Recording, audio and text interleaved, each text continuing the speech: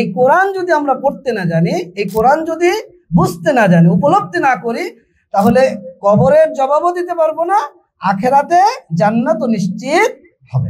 বাংলার প্রত্যেকটা যারা জেনারেল মানুষ তাদেরকে আহ্বান করব যে আপনারা এই কোরআনটা বেশি বেশি প্রচার করেন, এই কোরআনটা নিজেরা সংগ্রহ করেন এবং কোরআন শিখেন।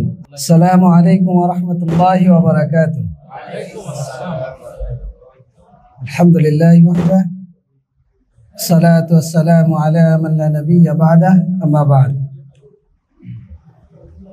قال الله تعالى في كلامه المجيد: شهر رمضان الذي أنزل فيه القرآن.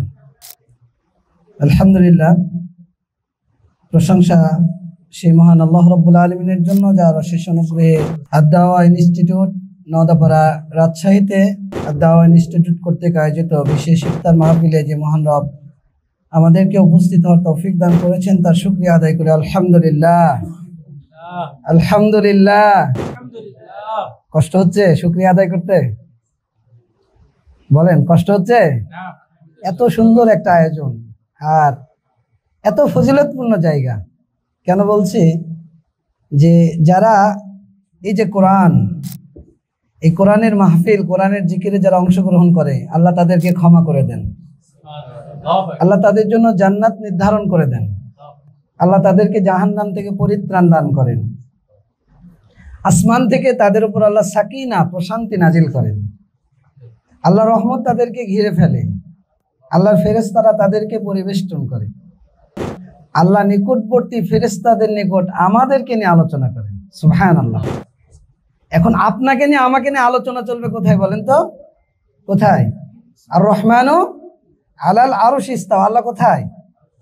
তাহলে এখন বলেন তো, শুকরিয়া আদায় করবেন না করবেন না? বলেন আলহামদুলিল্লাহ। দরুদ ও সালাম বর্ষিত হোক বিশ্ব মানবতার মুক্তির দূত, যার আগমনে বিশ্ব থেকে বিদায় নিয়েছিল অন্যায়, অত্যাচার, জুলুম, ব্যভিচার, যার আদর্শ বাস্তবায়ন করার জন্য আমাদের এই প্রচেষ্টা, মুহাম্মদ রাসূলুল্লাহ সাল্লাল্লাহু আলাইহি ওয়াসাল্লাম। কারিয়ানা কোরআনুল কারীম, আজকে এই যে অনুষ্ঠান, ছোট ভাই আব্দুল হাকিম এই কোরআনের যে মাহাত্ম্য, এই কোরআন যারা সংকলন করেছেন, তৈরি করেছেন, অনেক কষ্ট করেছেন, অনেক শ্রম দিয়েছেন, অনেক মেধা বুদ্ধি খাটিয়েছেন।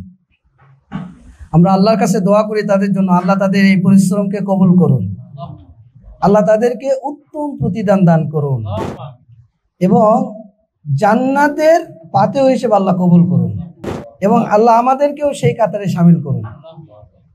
আমিন ইয়া রাব্বাল আলামিন। তো আমি ওইদিকে যাচ্ছি না, যেহেতু কোরআন নিয়ে আব্দুল হাকিম খুব সুন্দর এই কোরআনের বৈশিষ্ট্যগুলো উল্লেখ করেছে। কিওয়ার্ড সিস্টেমে বাংলাদেশে এই প্রথম, সর্বপ্রথম। আলহামদুলিল্লাহ। এই কোরআনের জরুরাতটা কেন?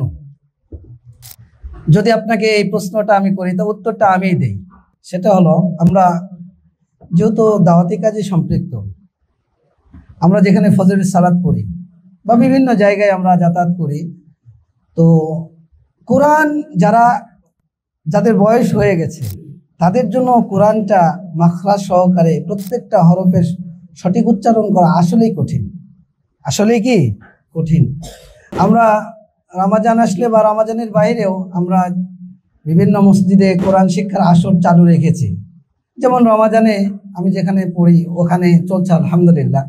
তো একটা জিনিস খেয়াল করেছি যে 3 বছর ধরে সে উচ্চারণটা সঠিকভাবে করতে পারে না, বা অক্ষর জ্ঞান যে সেটাও তার মধ্যে এখনো সঠিকভাবে প্রবেশ করেনি।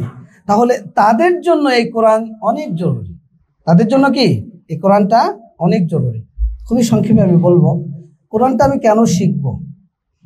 এই কোরআনটা হলো আমাদের সংবিধান, আমাদের জীবন ব্যবস্থা। এটা হলো মুত্তাকিদের জন্য হিদায়া, মানে প্রত্যেকটা মানুষের হিদায়া, বিশেষ করে যারা তাকওয়াশীল তাদের জন্য। এটা হলো ফুরকান, সত্য এবং মিথ্যার মানদণ্ড।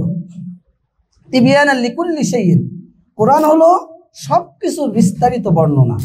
এটা হলো মুহাইমিন, পূর্ববর্তী কিতাবের সংরক্ষক। পৃথিবীতে আদম আলাইহিস সালাম থেকে শুরু করে যত ওহী এসেছে সব কিছুর সংরক্ষক হলো আল কোরআন। এজন্য কোরআন আপনাকে শিখতেই হবে। কোরআন আপনি কেন শিখবেন, আমরা কেন শিখবো, আজকে এই কোরআনে কোরআনের প্রয়োজনীয়তা কেন? দুইটা হাদিস আপনাদেরকে সংক্ষেপে আমি বলি, শুধু কোরআন শিক্ষার গুরুত্ব আরোপের জন্য। আমি যখন মারা যাব, কবরে আপনাকে আমাকে প্রশ্ন করা হবে। কয়টা প্রশ্ন বলেন তো? কয়টা? ভালো করে বলেন, কয়টা? 4টা। যদি আপনি এই কোরআনটা আয়ত্ত করতে পারেন তাহলে আপনি 3টি প্রশ্নের জবাব দিতে পারবেন। মান রব্বুকা, মা দীনুকা, মান নাবিয়ুকা। আপনি যখন জবাবটা দেবেন তখন আপনাকে 4র্থ প্রশ্ন করা হবে, ওমায়ুদরিকা, তুমি কিভাবে জেনেছো? তখন ওই ব্যক্তি বলবে, করাতু কিতাব আল্লাহ, আমি আল্লাহর কিতাব পড়েছি, ফাআমানতু বিহি ওয়া সাদ্দাকতু, ঈমান এনেছি, সত্যায়ন করেছি। আসমান থেকে নির্দেশ চলে আসবে যে কদ সাদাকা আবদি, আল্লাহ বলবেন আমার বান্দা সত্য বলেছে, ওর পোশাকটা জান্নাতের পোশাকে রূপান্তরিত করে দাও। সুবহানাল্লাহ। আল্লাহ রাব্বুল আলামিন বলবেন ওর বিছানাটা জান্নাতে বিছানা করে দাও। তো এইটা হাদিস। আপনি যদি কোরআন না জানেন তাহলে কবরে জবাব দিতে পারবেন না। আর একটা হাদিস বলে আমি শেষ করছি, সেটা হলো আল্লাহ রাসূল যখন মিরাজে গেলেন 4 শ্রেণী মানুষের আযাব লক্ষ্য করেছিলেন।